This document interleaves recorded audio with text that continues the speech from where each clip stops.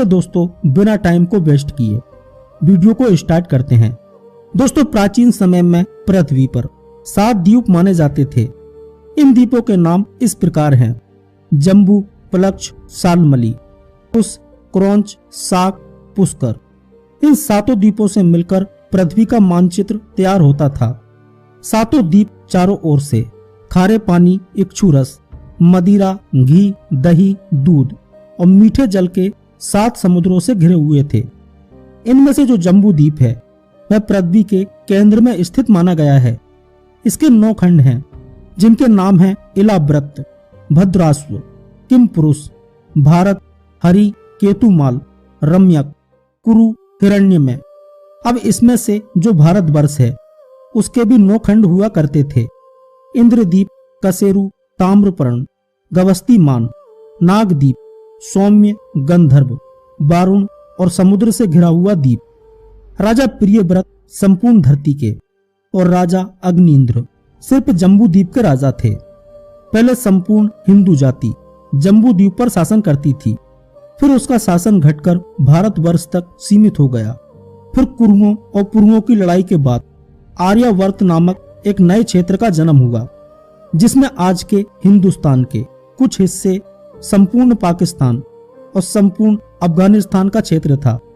लेकिन लगातार आक्रमण, धर्मांतरण और युद्ध के चलते अब घटते घटते सिर्फ हिंदुस्तान बचा है। आपको पता होना चाहिए कि पहले हिंदुस्तान का नाम भारतवर्ष नहीं था, उसके पूर्व भी जम्बू द्वीप नहीं था, बल्कि आज जिसका नाम हिंदुस्तान है वह भारतवर्ष का एक टुकड़ा मात्र है, जिसे आर्यावर्त कहते हैं। वह भी भारतवर्ष का एक हिस्सा भर है, और जिसे भारतवर्ष कहते हैं वह तो जम्बू द्वीप का एक हिस्सा मात्र है। जम्बू द्वीप में पहले देव असुर और फिर बहुत बाद में कुरु वंश और पुरु वंश की लड़ाई और विचारधाराओं के टकराव के चलते यह जम्बू द्वीप कई भागों में बढ़ता चला गया। कहते हैं कि महाभारत के युद्ध के परिणाम स्वरूप भारत से वैदिक धर्म, समाज, संस्कृति और सभ्यता का पतन हो गया। इस युद्ध के बाद से ही अखंड भारत बहुधर्मी और बहुसंस्कृति का देश बनकर खंड खंड होता चला गया। महाभारत युद्ध के कारण देश बर्बाद हुआ। उस युद्ध ने समूचे आर्यावर्त को खंड खंड कर दिया। इस युद्ध के बाद देश टुकड़ों में बंट गया। सैकड़ों वर्षों तक खामोशी छाई रही। लोग अपने अपने तरीके से जीवन यापन करने लगे। पौराणिक धर्म और अन्य कई तरह के धर्मों का विकास होने लगा। विदेशी भारत में आकर बसने लगे, लूटने लगे, आक्रमण करने लगे। यवन, शक, हूण और कुषाणों का आक्रमण तो बहुत बाद में हुआ। उसके पहले महाभारत के बाद तो भारत के हजारों लाखों लोगों ने कालांतर में भारत से बाहर निकलकर अरब, तुर्क, मिस्र, मलेशिया, इंडोनेशिया, चीन, रसिया आदि सभी जगह जाकर बसने लगे। धर्म का एक नया मार्ग खुलने लगा।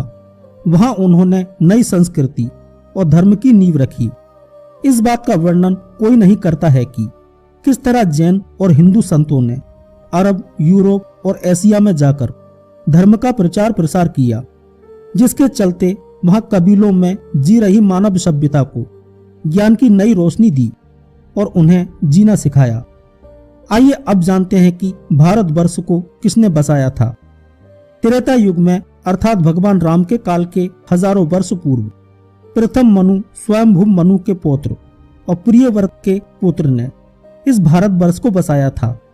तब इसका नाम कुछ और था। वायु पुराण के अनुसार महाराज प्रियव्रत का अपना कोई पुत्र नहीं था, तो उन्होंने अपनी पुत्री के पुत्र अग्निन्द्र को गोद ले लिया, जिसका लड़का नाभि था। नाभि की एक पत्नी मेरु देवी से जो पुत्र पैदा हुआ उसका नाम ऋषभ था। इसी ऋषभ के पुत्र भरत थे तथा इन्हीं भरत के नाम पर देश का नाम भारतवर्ष पड़ा। हालांकि कुछ लोग मानते हैं कि राम के कुल में पूर्व में जो भरत हुए उनके नाम पर भारतवर्ष नाम पड़ा था। यहाँ बता दें कि पुरु वंश के राजा दुष्यंत और शकुंतला के पुत्र भरत के नाम पर भारतवर्ष नहीं पड़ा था। इस भूमि का चयन करने का कारण यह था कि प्राचीन काल में जम्बू द्वीप ही एकमात्र ऐसा द्वीप था जहां रहने के लिए उचित वातावरण था और उसमें भी भारतवर्ष की जलवायु सबसे उत्तम थी। यहीं विवस्ता नदी के पास स्वयंभू मनु और उनकी पत्नी शतरूपा निवास करते थे। राजा प्रियव्रत ने अपनी पुत्री के 10 पुत्रों में से 7 को संपूर्ण धरती के 7 महाद्वीपों का राजा बना दिया था और अग्निन्द्र को जम्बू द्वीप का राजा बनाया था।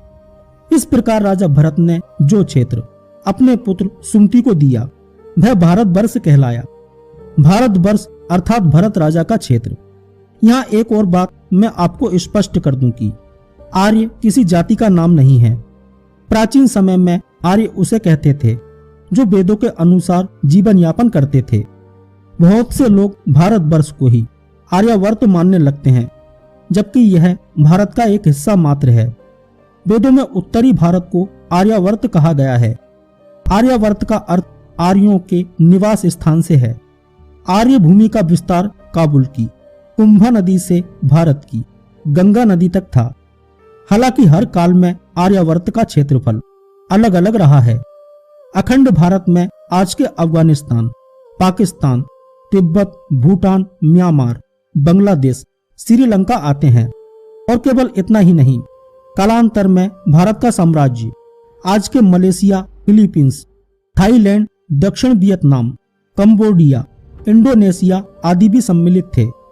सन 1875 तक अफगानिस्तान, पाकिस्तान, तिब्बत, भूटान, म्यांमार, बांग्लादेश, श्रीलंका भारत के ही भाग थे।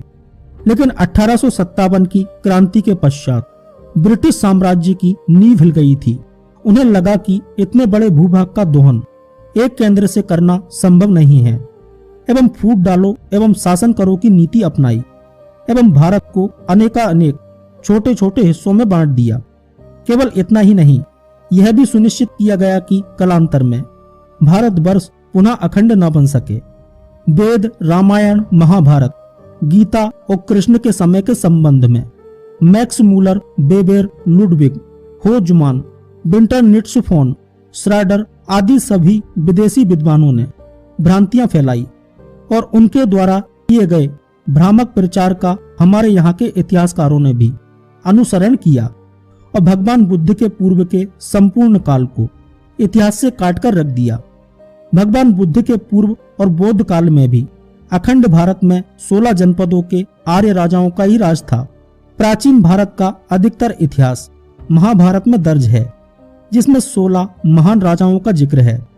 महाभारत के अनुसार प्राग्ञ ज्योतिषपुर अर्थात असम, किमपुरुष अर्थात नेपाल, त्रिविष्टम अर्थात तिब्बत, हरिवर्ष अर्थात चीन, कश्मीर, अभिसार, दार्द, हूण, हुंजा, अम्बिष्ट, आम्ब, पख्तू, कैके, गंधार, कंबोज, वाल्हीक, वलख, सिबी, शिव स्थान, सीस्तान, सारा बलूच क्षेत्र, सिंध, सोबीर, सौराष्ट्र समेत सिंध का निचला क्षेत्र, दंडक, महाराष्ट्र, सुरभीपट्टन, मैसूर, चोल, आंध्र, कलिंग तथा सिन्हल सहित लगभग 200 जनपद महाभारत में वर्णित हैं, जो कि पूर्णतः आर्य थे या आर्य संस्कृति व भाषा से प्रभावित थे।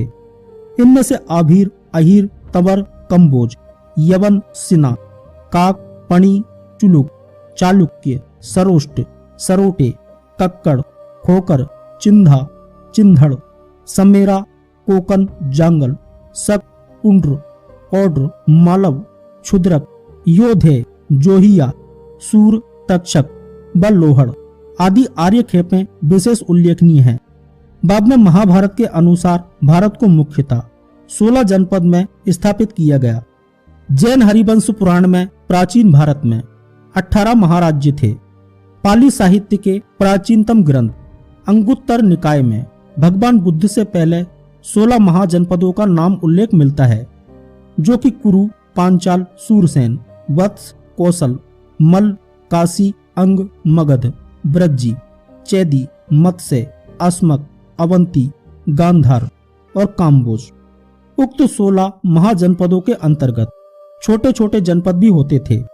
इन 16 जनपदों में से एक जनपद का नाम कंबोज था।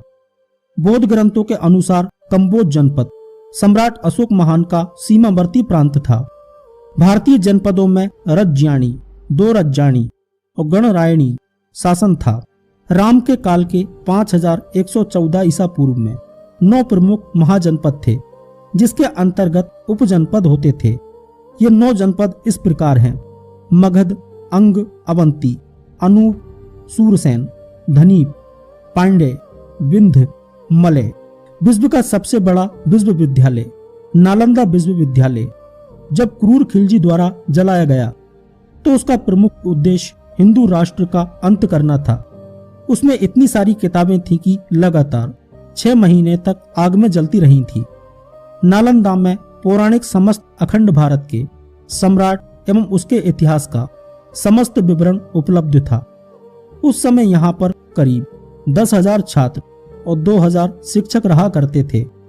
नालंदा विश्वविद्यालय में 3 लाख किताबों से भरा एक विशाल पुस्तकालय था। 300 से भी ज्यादा कमरे और 7 विशाल कक्ष हुआ करते थे। इसका भवन बहुत ही सुंदर और विशाल हुआ करता था, जिसकी वास्तुकला भी अत्यधिक सुंदर थी। इस विश्वविद्यालय की स्थापना गुप्त शासक कुमारगुप्त प्रथम ने की थी। इस विश्वविद्यालय को 9वीं शताब्दी से 12वीं शताब्दी तक अंतरराष्ट्रीय ख्याति प्राप्त थी, लेकिन अब यह एक खंडर बनकर रह चुका है, जहां दुनिया भर के लोग घूमने के लिए आते हैं। प्राचीन नालंदा विश्वविद्यालय स्थापत्य कला का एक अद्भुत नमूना है। नालंदा को तक्षशिला के बाद दुनिया का सबसे प्राचीन विश्वविद्यालय माना जाता है। वहीं आवासीय परिसर के तौर पर यह पहला विश्वविद्यालय है। यह 800 साल तक अस्तित्व में रहा था। आइए अब जानते हैं कि कैसे अखंड भारत खंड खंड होता चला गया। सबसे पहले बात करते हैं ईरान और अफगानिस्तान की। कहते हैं कि ईरान पहले पारस्य देश था, जो कि आर्यों की एक शाखा ने ही स्थापित किया था। प्राचीन गांधार और कंबोज के कुछ हिस्सों को मिलाकर अफगानिस्तान बना। उक्त संपूर्ण क्षेत्र में हिंदू शाही और पारसी राजवंशों का शासन रहा। बाद में यहाँ बौद्ध धर्म का विस्तार हुआ और यहाँ के राजा बौद्ध हो गए। सिकंदर के आक्रमण के समय यहाँ पर फारसी और यूनानियों का शासन हो गया था। फिर 7वीं सदी के बाद यहाँ पर अरब और तुर्क के मुसलमानों ने आक्रमण करना शुरू किया और 870 ईस्वी में अरब सेनापति याकूब एलेस ने अफगानिस्तान को अपने अधिकार में कर लिया था। हालांकि इसके खिलाफ लड़ाई चलती रही। बाद में यह दिल्ली के मुस्लिम शासकों के कब्जे में रहा और फिर ब्रिटिश इंडिया के अंतर्गत आ गया। 1834 में एक प्रक्रिया के तहत 26 मई 1876 को रूसी व ब्रिटिश शासकों के बीच गंडामक संधि के रूप में निर्णय हुआ और अफगानिस्तान नाम के एक बफर स्टेट अर्थात राजनीतिक देश को दोनों ताकतों के बीच स्थापित किया गया। इससे अफगानिस्तान अर्थात पठान भारतीय स्वतंत्रता संग्राम से अलग हो गए। 18 अगस्त 1919 को अफगानिस्तान को ब्रिटिश शासन से आजादी मिली। अब बात करते हैं सिंध क्षेत्र अर्थात पाकिस्तान और बांग्लादेश की।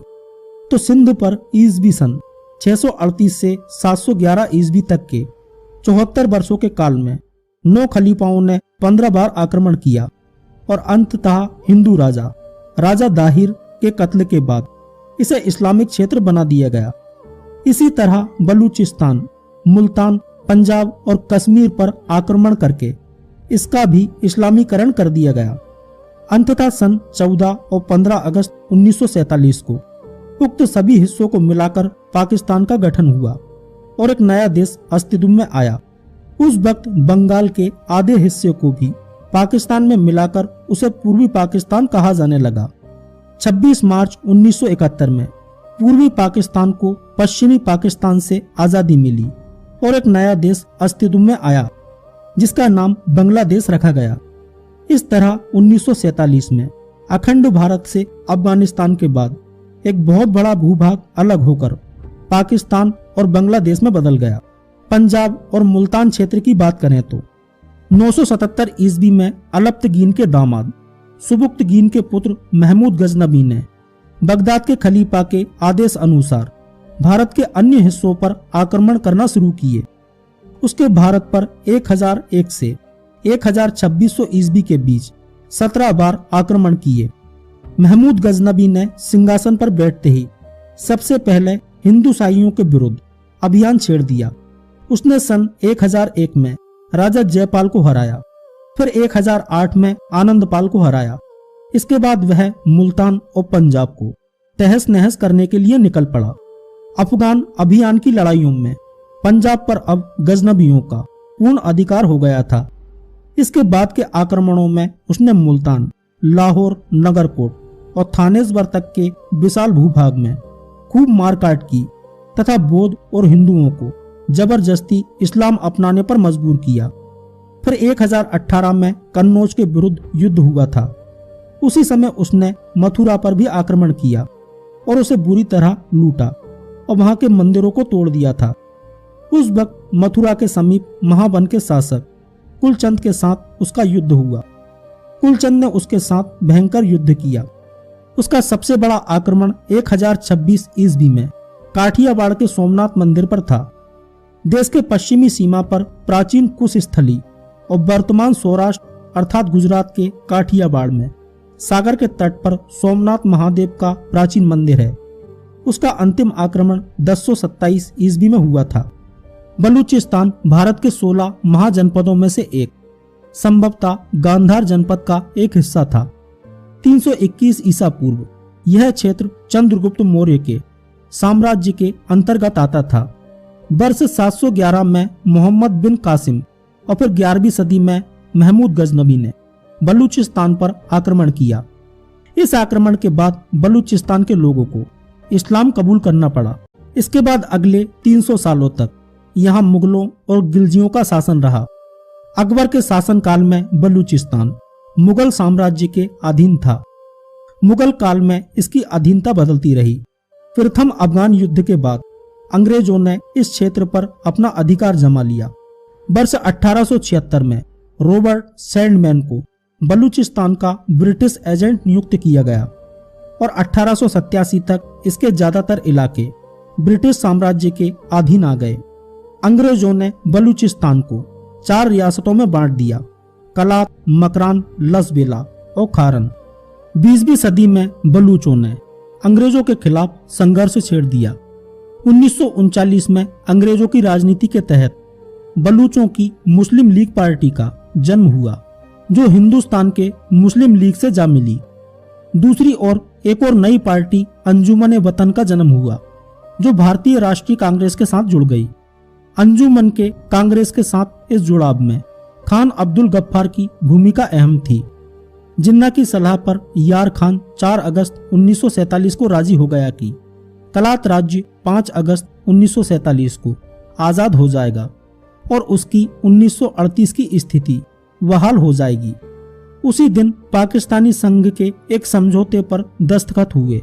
इसके अनुच्छेद 1 के मुताबिक पाकिस्तान सरकार इस पर रजामंद है कि कलात स्वतंत्र राज्य है, जिसका वजूद हिंदुस्तान के दूसरे राज्यों से एकदम अलग है।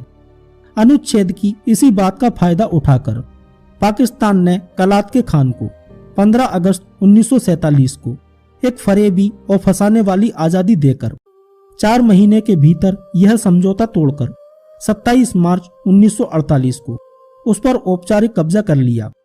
पाकिस्तान ने बलूचिस्तान के 3 बचे हुए स्थानों पर भी जबरन कब्जा कर लिया। इस तरह पाकिस्तान के इस गैर कानूनी कब्जे के खिलाफ बलूच अभी तक लड़ाई लड़ रहे हैं, जिसमें लाखों निर्दोष बलूचों की पाकिस्तान की सेना ने हत्या कर दी है। दरअसल हिंदुस्तान और पाकिस्तान के पहले बलूचिस्तान 11 अगस्त 1947 को आजाद हुआ था। अब बात करते हैं नेपाल की। पौराणिक मान्यताओं के अनुसार नेपाल को कभी देवघर कहा जाता था। भगवान श्री राम की पत्नी सीता का जन्म स्थल मिथिला नेपाल में है। यहाँ पर 1500 ईसा पूर्व से ही हिंदू आर्य लोगों का शासन रहा है। 250 ईसा पूर्व यह मौर्यों के साम्राज्य का एक हिस्सा था। फिर 4वीं शताब्दी में गुप्त वंश का एक जनपद रहा। 7वीं शताब्दी में इस पर तिब्बत का आधिपत्य हो गया। 11वीं शताब्दी में नेपाल में ठाकुरी वंश के राजा राज्य करते थे। इसके बाद और भी कई राज्यवंश हुए। अंत में पृथ्वी नारायण शाह ने 1765 में नेपाल की एकता की मुहिम शुरू की और मध्य हिमालय के 26 से अधिक छोटे छोटे राज्यों को संगठित कर 1768 तक इसमें शामिल हो गए। यहीं से आधुनिक नेपाल का जन्म होता है। 1904 में नेपाल को एक आजाद देश का दर्जा मिला। अब बात करते हैं भूटान की। भूटान भी कभी भारतीय महाजनपदों के अंतर्गत एक जनपद था। संभवतः ये विदेही जनपद का एक हिस्सा था। यहाँ वैदिक और बौद्ध मान्यताओं के मिले जुले समाज हैं। ये सांस्कृतिक और धार्मिक तौर पर तिब्बत से ज्यादा जुड़ा हुआ है, क्योंकि यहाँ का राजधर्म बौद्ध है।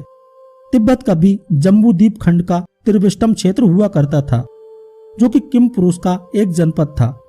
किम पुरुष भारतवर्ष के अंतर्गत नहीं आता था। जहां तक सवाल भूटान का है, तो यह तिब्बत के अंतर्गत नहीं आता है तथा भौगोलिक रूप से भारत से जुड़ा हुआ है। भूटान संस्कृत के भू उत्थान से बना शब्द है। सिक्किम और भूटान को भी अंग्रेजों ने 1906 में स्वतंत्रता संग्राम से लगकर दिया और वहां पर अपनी एक प्रत्यक्ष नियंत्रण से रेजिमेंट स्थापित कर दी थी। ब्रिटिश प्रभाव के तहत 1907 में वहां राजाशाही की स्थापना हुई। 3 साल बाद एक समझौता हुआ, जिसके तहत ब्रिटिश इस बात पर राजी हुए कि वे भूटान के आंतरिक मामलों में हस्तक्षेप नहीं करेंगे, लेकिन भूटान की विदेश नीति इंग्लैंड द्वारा तय की जाएगी। 1947 में भारत आजाद हुआ और 1949 में भारत भूटान समझौते के तहत भारत ने भूटान की वो सारी जमीन उसे लौटा दी जो अंग्रेजों के अधीन थी। इस समझौते के तहत भारत ने भूटान को हर तरह की रक्षा और सामाजिक सुरक्षा का वचन भी दिया। अब बात करते हैं तिब्बत की। तिब्बत को त्रिविष्टम कहा जाता था, जहां ऋषिका और तुषारा नामक राज्य थे। त्रिविष्टम अर्थात तिब्बत या देवलोक से व्यवस्थ मनु के नेतृत्व में प्रथम पीढ़ी के मानवों का मेरू प्रदेश में अवतरण हुआ। वे देव स्वर्ग से अथवा अंबर से पवित्र वेद पुस्तक भी साथ में लाए थे। इसी से श्रुति और स्मृति की परंपरा चलती रही। वैवस्वत मनु के समय ही भगवान विष्णु का मत्स्य अवतार हुआ। तिब्बत में पहले हिंदू और बाद में बौद्ध धर्म प्रचारित हुआ और यह बौद्धों का प्रमुख केंद्र बन गया। शाक्य वंशियों का शासनकाल 1207 ईस्वी में प्रारंभ हुआ। बाद में चीन के राजा का शासन रहा। फिर 19वीं शताब्दी तक तिब्बत ने अपनी स्वतंत्रता सत्ता बनाए रखी। इस बीच लद्दाख पर कश्मीर के शासकों ने तथा सिक्किम पर अंग्रेजों ने आधिपत्य जमा लिया। फिर चीन और ब्रिटिश इंडिया के बीच 1907 के लगभग बैठक हुई और इसे 2 भागों में विभाजित कर दिया गया। पूर्वी भाग चीन के पास और दक्षिणी भाग लामा के पास रहा। 1951 की संधि के अनुसार यह साम्यवादी चीन के प्रशासन में एक स्वतंत्र राज घोषित कर दिया गया। इस दौरान स्वतंत्र भारत के राजनेताओं ने तिब्बत को चीन का हिस्सा मानकर बड़ी भूल की थी। अब बात करते हैं म्यांमार की। म्यांमार कभी ब्रह्म देश हुआ करता था। इसे बर्मा भी कहते हैं, जो कि ब्रह्मा का अपभ्रंश है। म्यांमार प्राचीन काल से ही भारत का ही एक उपनिवेश रहा है। अशोक के काल में म्यांमार बौद्ध धर्म और संस्कृति का पूर्वी केंद्र बन गया था। यहाँ के बहुसंख्यक बौद्ध मतावलंबी ही हैं। मुस्लिम काल में म्यांमार शेष भारत से कटा रहा और यहाँ पर स्वतंत्र राज सत्ताएं कायम हो गईं। 1886 ईस्वी में पूरा देश ब्रिटिश भारतीय साम्राज्य के अंतर्गत आ गया, किंतु ब्रिटिशों ने 1935 ईस्वी के भारतीय शासन विधान के अंतर्गत म्यांमार को भारत से अलग कर दिया। 1935 व 1937 में ईसाई ताकतों को लगा कि उन्हें कभी भी भारत व एशिया से जाना पड़ सकता है। समुद्र में अपना नौसैनिक बेड़ा बैठाने, उसके समर्थक राज्य स्थापित करने तथा स्वतंत्रता संग्राम से उन भूभागों व समाजों को अलग करने हेतु सन 1935 में श्रीलंका व सन 1937 में म्यांमार को अलग राजनीतिक देश की मान्यता दे दी गई। अब बात करते हैं श्रीलंका की। श्रीलंका भारतीय उपमहाद्वीप के दक्षिण में हिंद महासागर में स्थित एक बड़ा द्वीप है। यह भारत के चोल और पांडे जनपद के अंतर्गत आता था। 2350 वर्ष पूर्व तक श्रीलंका की संपूर्ण आबादी वैदिक धर्म का पालन करती थी। सम्राट अशोक ने अपने पुत्र महेंद्र को श्रीलंका में बौद्ध धर्म के प्रचार के लिए भेजा था और वहां के सिंघल राजा ने बौद्ध धर्म अपनाकर इसे राजधर्म घोषित कर दिया। बौद्ध और हिंदू धर्म ग्रंथों के अनुसार यहाँ पर प्राचीन काल में सेब, यक्ष और नागवंशियों का राज था। श्रीलंका के प्राचीन इतिहास के बारे में जानने के लिए सबसे महत्वपूर्ण लिखित स्रोत सुप्रसिद्ध बौद्ध ग्रंथ महावंश है।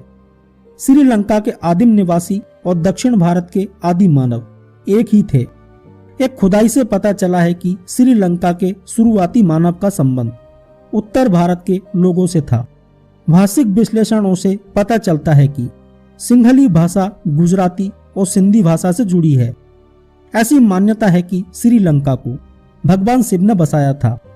बाद में उन्होंने इसे कुबेर को दे दिया था। कुबेर से रावण ने इसे अपने अधिकार में ले लिया था। ईसा पूर्व 5076 साल पहले भगवान राम ने रावण का संहार करके श्रीलंका को भारतवर्ष का एक जनपद बना दिया था। श्रीलंका पर पहले पुर्तगालियों फिर डच लोगों ने अधिकार करके शासन किया। 1800 ईस्वी के प्रारंभ में अंग्रेजों ने इस पर आधिपत्य जमाना शुरू किया और 1818 में इसे अपने पूर्ण अधिकार में ले लिया। अंग्रेज काल में अंग्रेजों ने फूट डालो और राज करो की नीति के तहत तमिल और सिंहलियों के बीच सांप्रदायिक एकता को बिगाड़ा। द्वितीय विश्व युद्ध के बाद 4 फरवरी 1948 को श्रीलंका को पूर्ण स्वतंत्रता मिली। अब बात करते हैं मलेशिया की। वर्तमान के मुख्य 4 देश मलेशिया, इंडोनेशिया, थाईलैंड, वियतनाम और कंबोडिया प्राचीन भारत के मलय प्रायद्वीप के जनपद हुआ करते थे। मलय प्रायद्वीप का दक्षिणी भाग मलेशिया देश के नाम से जाना जाता है।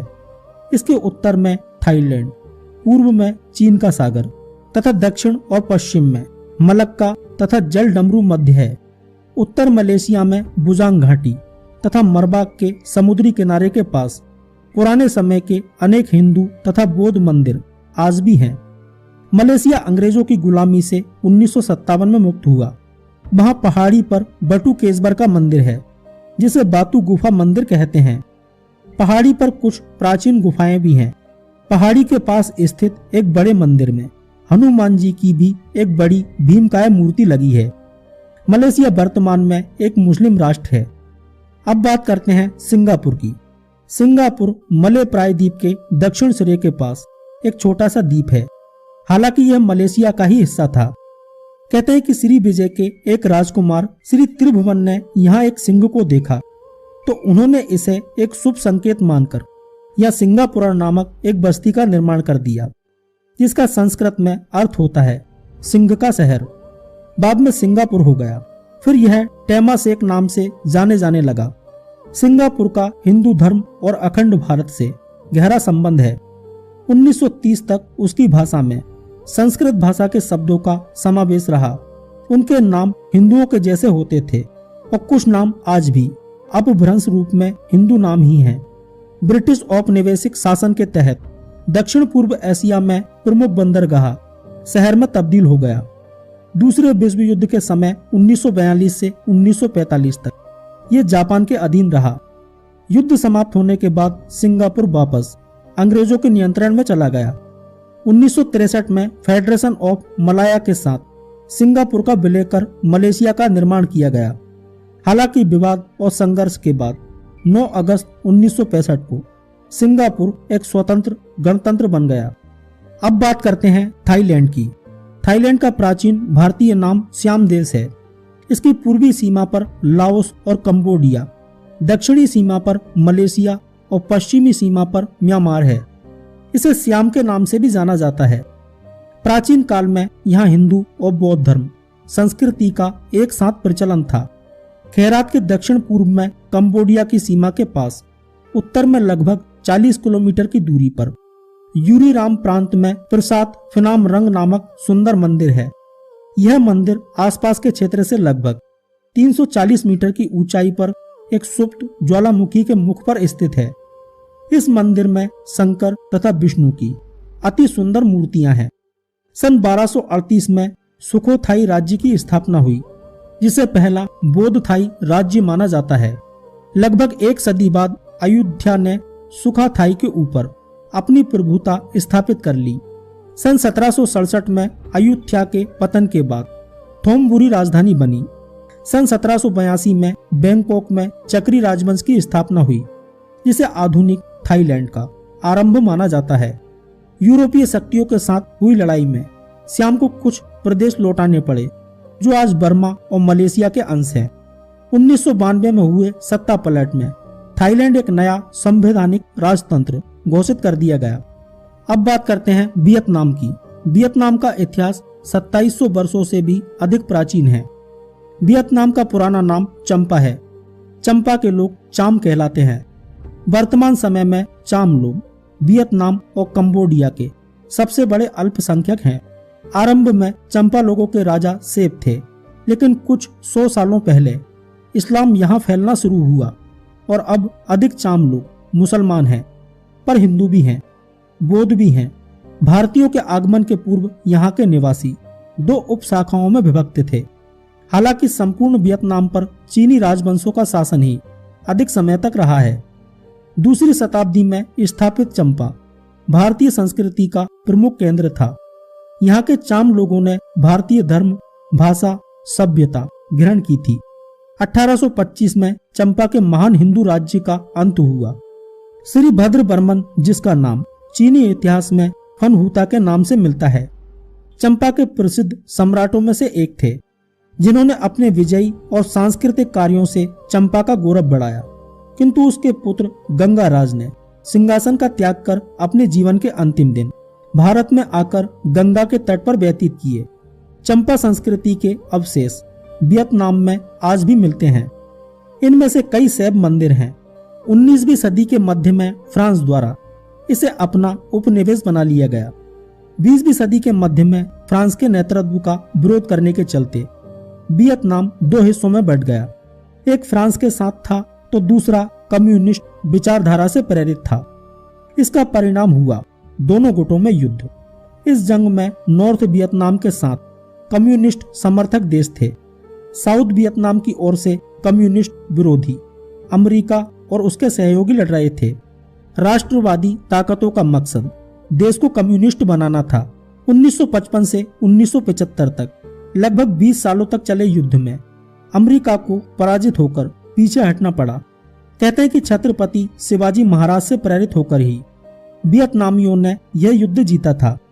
हालांकि कई विशेषज्ञों का मानना है कि 20 साल तक चले भीषण युद्ध में किसी की भी जीत नहीं हुई। युद्ध में 30 लाख से ज्यादा लोग मारे गए। इसमें 58,000 अमेरिकी सैनिक भी शामिल थे। वहीं मरने वालों में आधे से ज्यादा वियतनामी नागरिक थे। बाद में वियतनाम की कम्युनिस्ट सरकार द्वारा सोशलिस्ट रिपब्लिक ऑफ वियतनाम बनाया गया। अब बात करते हैं कंबोडिया की। पौराणिक काल का कंबोज देश कल का कंपुचिया और आज का कंबोडिया है। पहले यह भारत का ही एक उपनिवेश था। माना जाता है कि प्रथम शताब्दी में कौंडिन्य नामक एक ब्राह्मण ने हिंदू चीन में हिंदू राज्य की स्थापना की थी। इन्हीं के नाम पर कंबोडिया देश हुआ। हालांकि कंबोडिया की प्राचीन दंत कथाओं के अनुसार इस उपनिवेश की नींव आर्य देश के शिव भक्त राजा कंबू स्वयंभू ने डाली थी।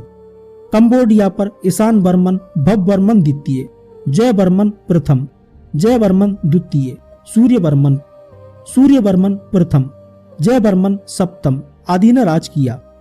राजवंशों के अंत के बाद इसके राजा अंगडुओंग के शासनकाल में कंबोडिया पर फ्रांसीसियों का शासन